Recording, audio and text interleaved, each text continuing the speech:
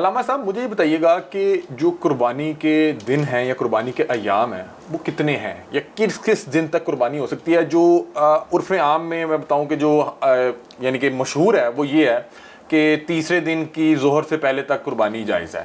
مجھے ذرا قربانی کے دن اور ایام کے حوالے سے اچھا علی بھائی، بنیادی طور پہ یہ بھی ایک معرکۃ الآراء اختلافی مسئلہ معروف ہے. اس کے اندر بھی وہی بات ہے کہ ٹسل بازی بھی ہے اور کچھ اجتہادی نوعیت کا اختلاف بھی ہے.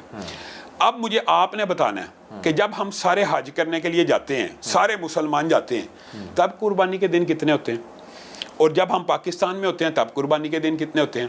قرآن پاک کی آیت ہے فمن تعجل فی یومین فلا اثم علیہ. عید کے بعد جو 11 اور 12 مینا میں رہے 13 تک رہنے کی اجازت ہے جی، اور جو 11 12 بھی رہے فمن تعجل فی یومین 2 دن پہلے آ جائے. تو اگر قربانی کے کل ایام 3 ہو، 2 دن پہلے آ جائے تو وہ تو صرف 10 11 بنتا ہے. جی جی. تو قربانی کے ایام 10 11 12 اور 13 ہیں تو 2 دن کی چھوٹ ملی تو وہ 13 کو واپس آیا. تو بنیادی طور پہ جب آپ مینا میں ہوتے ہیں تب آپ 13 تاریخ کو بھی قربانیاں کرتے ہیں. مطلب کہ آپ 13ویں دن، مطلب کہ عید کے چوتھے دن. ہاں، عید کے چوتھے دن مینا میں قربانیاں ہوتی ہیں. وہاں پہ آپ حج کرنے کے لیے آتے ہیں، وہاں آپ باندھ لیتے ہیں. مطلب آپ حج کرنے جا رہے ہیں تو عید کے چوتھے دن تک قربانیاں آپ کرتے ہیں. تو جب آپ پاکستان میں ہوتے ہیں تب عید کے چوتھے دن تک قربانی نہیں ہوتی. یہ فلسفہ کہاں سے آیا؟ یہ فلسفہ صحیح نہیں ہے. میں اس کی وجہ ایک اور بتاتا ہوں. حدیث رسول اللہ صلی اللہ علیہ وسلم نے فرمایا کہ ہر تشریق کے دن ذبح ہے. اور ایام کس کو کہتے ہیں؟ جمع کو. یہ بڑی عام فہم بات ہے، اس میں بہت لمبا چوڑا اختلاف ہونا نہیں تھا چاہیے، لیکن معاشرے میں بہت لمبا چوڑا اختلاف ہے. ایام جمع ہے یوم کی. یوم کی تسنیہ یومین ہوتا ہے اور جمع ہوتا ہے ایام. ایام کم از کم کتنے دنوں پہ دلالت کرتا ہے؟ عربی زبان میں جو جمع ہوتی ہے کم از کم 3 پہ دلالت کرتی ہے. عید کے دن کے بعد 3 دن ایام تشریق پوری دنیا میں اجماعی مسئلہ. ایام تشریق کس کو کہتے ہیں؟ 11 12 13 کو. 11 12 13 کو. 10 کو تو آپ عید میں تو ایام تشریق. اب ہر یوم تشریق کے اوپر ذبح کی حدیث بھی موجود ہے. اور پھر آپ یہ دیکھیں کہ ایام معدودات، ایام معلومات، قرآن پاک میں بھی ان کو 3 دن سے متصف کیا گیا. عید کے بعد، عید کے بعد 3 دن. مطلب آپ یہ کہہ رہے ہیں یوم النحر تو شامل نہیں نا ہوتا ایام تشریق میں یا معدودات میں. وہ تو دن عید کا دن تو نہیں ہے. یہ تو ایک عام فہم لاجک. اچھا، میں آپ سے بات کر رہا ہوں کہ میں یہ عام لوگوں کو سمجھنے کے لیے کہ آپ یہ کہہ رہے ہیں کہ 4 دن تک عید کی جو ذبح کی اجازت ہے وہ 4 دن تک ہے. یہ ہمارے معاشرے کا عرف ہے کہ ہم 3 دن تک کرتے ہیں. اس تیسرے دن بھی بتایا گیا کہ بس آپ نہیں، لیکن مغرب تک آپ قربانی کریں، تیسرے دن کوئی مسئلہ نہیں. وہ لوگ اس لیے کہتے ہیں کہ عصر کے وقت چھری پھیر دو. یہ تو ایک چلو عرف ہو گیا نا معاملہ کہ یار مغرب تک، جن کے نزدیک 3 دن قربانیاں، مغرب کے دن اگلا دن شروع ہو جاتا ہے نا اسلام میں. مغرب سے آپ کو پتا. لیکن آپ یہ کہہ رہے ہیں کہ عید کے چوتھے دن قربانی کرنی چاہیے. میں اللہ کے فضل و کرم سے آپ کو پتا ہے کہ اہل حدیث مکتبہ فکر چوتھے دن پاکستان میں قربانی کرتا ہے. ہمارے اپنے ادارے میں چوتھے دن قربانیاں ہوتی ہیں. حافظ محمد سلفی صاحب کراچی میں چوتھے دن اونٹ کی قربانی کرتے ہیں. تو یہ آپ یہ سمجھ لیں ایک ٹسل والی بات ہے. ہم یہ سمجھتے ہیں کہ سنت کا حیا ہونا چاہیے. سعودی عرب میں مینا کے اندر تو چوتھے دن قربانیاں ہو رہی ہیں، وہاں پہ آپ کو اعتراض نہیں ہے. سعودی عرب میں عید کے چوتھے دن بھی قربانی ہو رہی ہے. پوری دنیا میں ہوتی ہے. پاکستان میں کیوں نہیں ہو سکتی؟ تو پاکستان میں جب ہم کرتے ہیں یہ اس بات کے اوپر، وہی بات ہے ٹسل والی بات ہے. لیکن اس میں نا میں یہ بھی سمجھتا ہوں کہ یہ ٹسل نہیں ہونا چاہیے. یہ ایک اجتہادی رائے ہے. ویسے مجھے جہاں تک پتا ہے کہ بہت سے لوگوں کو عید کے چوتھے دن قربانی کے بارے میں علم نہیں ہے. لیکن ایک بات بتائیں، اللہ کے فضل و کرم سے جو سنتیں متروک ہے، یعنی جس سنت کو ترک کر دیا گیا، اس کا بھی حیا ہونا چاہیے کہ نہیں؟ معاشرے میں ہونا چاہیے. اب اہل حدیث مکتبہ فکر کے اندر آپ کو پتا ہے جنازہ اونچی آواز میں پڑھایا جاتا ہے. جی جی. اہل سنت باقی تو سارا ہلکی بات. تو اس کا مطلب ہے خاموشی سے پڑھانا بھی تو جائز ہے نا. ہم مانتے ہیں جائز ہے، ہم اونچی کیوں پڑھاتے ہیں آپ کے خیال میں؟ کہ سنت کے علاوہ ایک اور بات کہ لوگوں کو دعائیں نہیں آتی. تو جب اونچی پڑے گا تو آمین تو کہہ سکیں گے، یا دعا کے ساتھ دعا زبان تو چلا لپ سنگ کر سکتے ہیں. اب آپ سمجھ رہے ہیں؟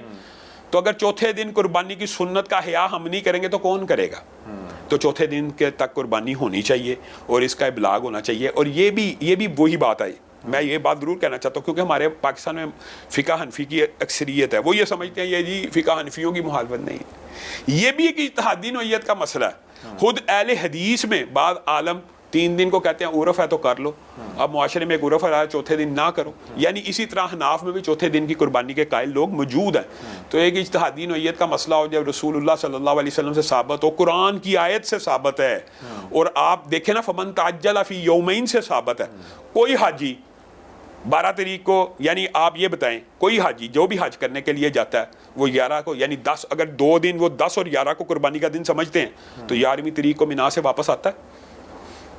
سمجھے نہیں آتا, وہ 12 کو آتا ہے یا 13 کو آتا ہے, مطلب کہ عید کے چوتھے.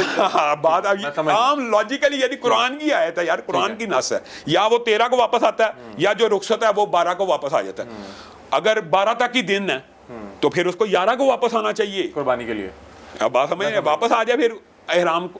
تو یہ بات میرے خیال میں وہی بات ہے کہ کچھ چیزیں معاشرے میں غلط العام ہے, اس کا ابلاغ موجود نہیں ہے, تو اس کا ابلاغ کرنا چاہیے. لیکن احیاء سنت سے یہ باتیں پھیل جاتی ہیں. مثلا آج آپ نے پوچھ لیا تو یہ بات ٹریول تو کرے گی. اور اسی طرح سنتوں کی بعض متروک سنتیں بھی تو ہوتی ہیں نا. آپ دیکھیں اہل حدیث اول ٹائم پہ نماز پڑھتے ہیں, جو حناف ہوتے ہیں وہ آخری ٹائم پہ پڑھتے ہیں, تو دونوں پہ نماز پڑھنا جائز ہے نا. لیکن ہم دونوں اتنے سٹبن ہوئے ہیں, ہم ہمیشہ ہی پہلے ٹائم پڑھیں گے, وہ ہمیشہ ہی آخری ٹائم پڑھیں گے.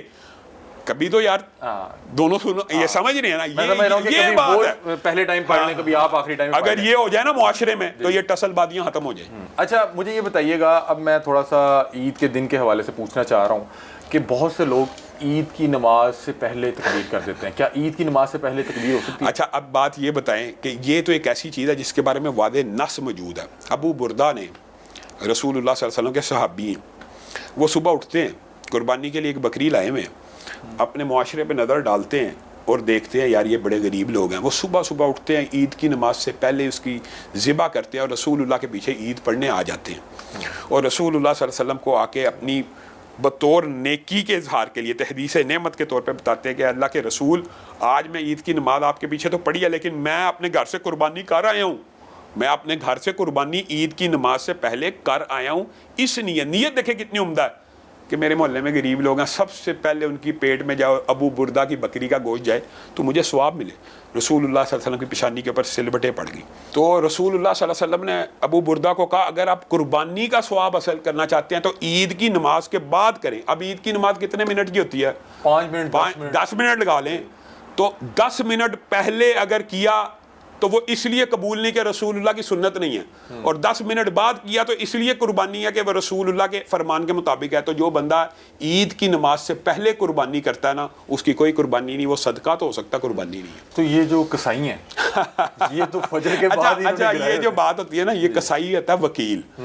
قربانی میں وکیل بنانا جائز ہے, یہ بات بھی یاد رکھیں. اور جس کو وکیل بنایا جائے, مثلا میں نے کسی کو وکیل بنایا, اگر اس کی مسجد میں صبح جیسے ہمارے ہاں 5:45 پہ عید کی نماز ادا ہو جاتی ہے, تو جیسے عید کی نماز ادا ہو جاتی ہے, ہم وکیل ہوتے ہیں, اجتماعی قربانی کرتے ہیں, تو ہم 5:45 پہ قربانی کرنا شروع کر دیتے ہیں. اس میں جو وکیل ہوتا ہے نا, جس کو آپ نے مختص کیا قربانی کرنے کے لیے, یہ اس کے عمل کے اوپر ہے. اگر اس نے عید کی نماز پڑھ لیا, وہ قربانی کر دے, قربانی جائز ہے. اور اگر یہ نہیں ہوتا, یہ بات بڑی ایک فقہی نوعیت کا مسئلہ ہے. لوگ سمجھتے ہیں اس بندے نے حصہ ڈالا ہے, اس نے ابھی عید کی نماز نہیں پڑھی. یہ اپنے اوپر وہ تکلیف مسلط کرنا جس کی شریعت میں, پتہ کیا آپ کو پتہ ہے ایسے مدارس موجود ہیں, وہ فون کر دیتے ہیں جی عید کی نماز پڑھ لیجیے, ایک گاہ دے پورے بندے پورے ہو گئے. یہ تکلیف ایسی ہے جو اللہ تعالیٰ نے نہیں مسلط کی, آپ نے پڑھ لی ہے, آپ کو انہوں نے وکیل بنایا, آپ قربان کر دے, گائے جائے.